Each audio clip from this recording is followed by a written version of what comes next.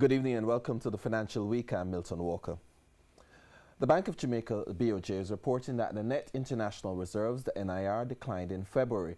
At the end of February, the NIR was valued at a little over $3 billion. It was down by $23 million compared with the previous month. The report comes a few weeks after 3 flash sale interventions from the Bank of Jamaica totaling $80 million. The interventions were made to stabilize the Jamaican dollar, which lost 7% of its value against the US dollar in January alone.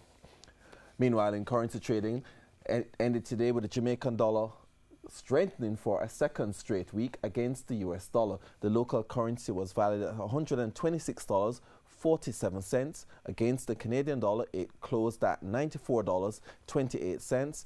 Against the pound, it was $166.20, and the euro is going for $143.16. Oil prices traded higher today.